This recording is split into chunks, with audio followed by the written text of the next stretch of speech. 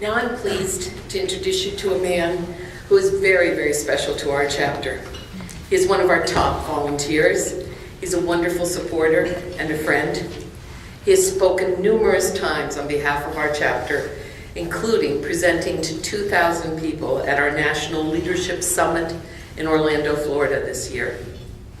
He has done countless number of interviews for us, and he's here to tell us about his journey facing Alzheimer's and how you can give other families reason to hope. Please welcome Jeff Borkoff.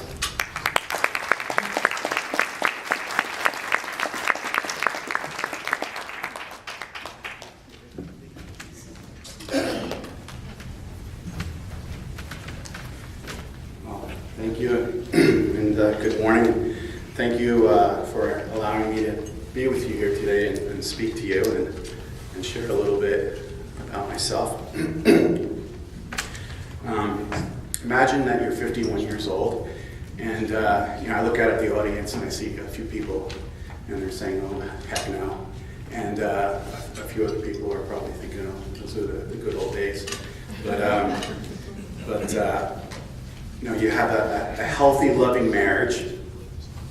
Your young adult kids are well. You have a great career with long-term goals, a goal to retirement. You believe that you're in good health, but for the last decade or two, there has been an enemy, an unwelcome guest, growing slowly in your brain that turns out to be a terminal illness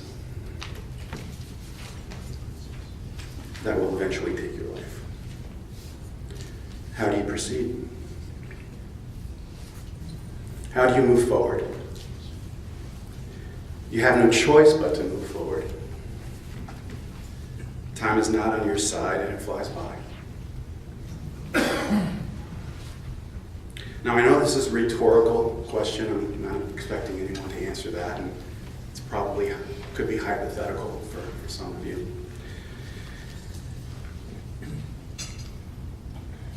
But for me, it was my reality in March of 2016, when I was diagnosed with the younger onset early stage Alzheimer's. So how do I proceed, given that news? Normally in life, when you're not faced with a terminal illness, and you consider the what's next in your lives, you don't normally operate out of a sense of urgency. I must tell you, we are all here in this room faced with something I have learned requires all of our urgent attention and need. I understand this because I have Alzheimer's, and I have learned a great deal about this disease and the facts and figures. I can tell you that if you have a brain, you must be concerned. This is why I got involved with the Alzheimer's Association Delaware Valley and New Jersey, Greater New Jersey chapters. This is why I advocate for awareness, why I'm a member of the Alzheimer's Association National Early Stage Advisory Group, and why I walk to end Alzheimer's to raise funds for research.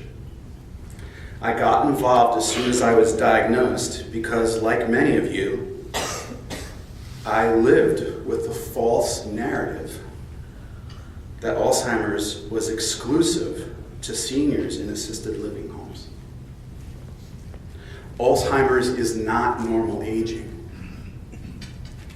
Again, the beta amyloid plaque and tangles have been building in my brain for years, possibly a decade or two. I spent almost a year and a half being misdiagnosed with a variety of neurological conditions before that one doctor at Columbia Medical Center of Neurology said it looks like Alzheimer's.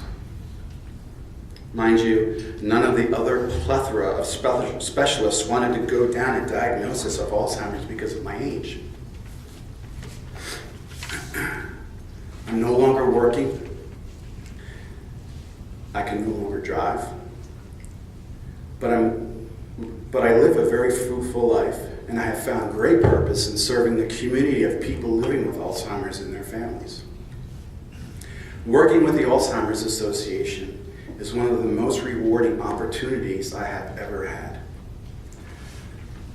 Like today, I speak at many events, I write blog articles, I advocate at the state and federal level, I participate in print, radio, and television interviews, and in June, my family and I will be starting production on a PBS TV special about Alzheimer's.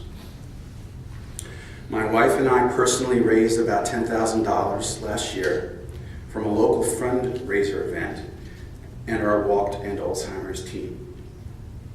We give through an auto deposit each month, and every purchase I make on Amazon.com, I do a lot of shopping on Amazon.com these days, it's like I drive. A donation goes to the association through Amazon Smile. So if you do shopping on Amazon.com, you can donate every purchase you make go to a little portion of that goes to the Alzheimer's Association. And Kim and I use on our smartphone, we use a little app called Charity Miles, and that's another way that we raise funds for Alzheimer's Association.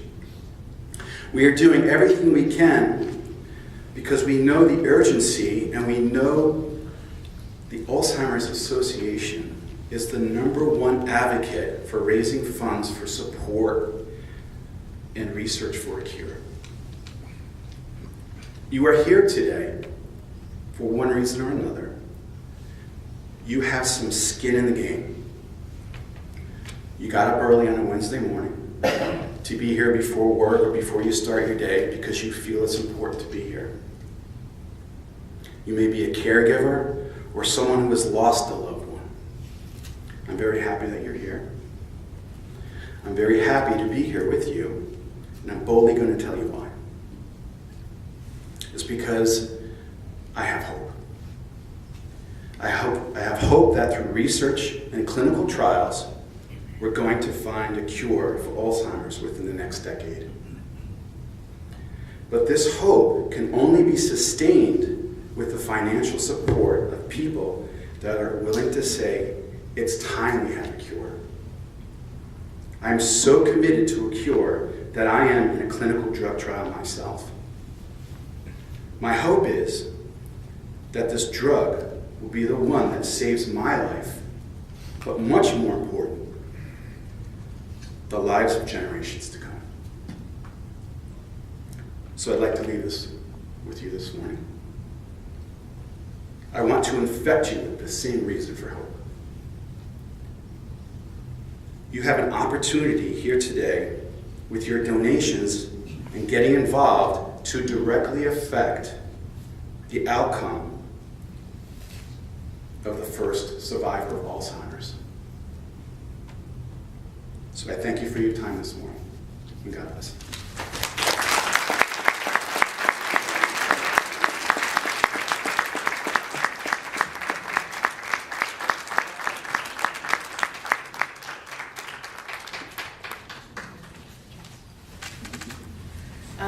Jeff, you truly are an inspiration to all of us. And I feel so fortunate that I've had the privilege to get to know you and Kim over the past year. And I can't thank you enough for sharing your story.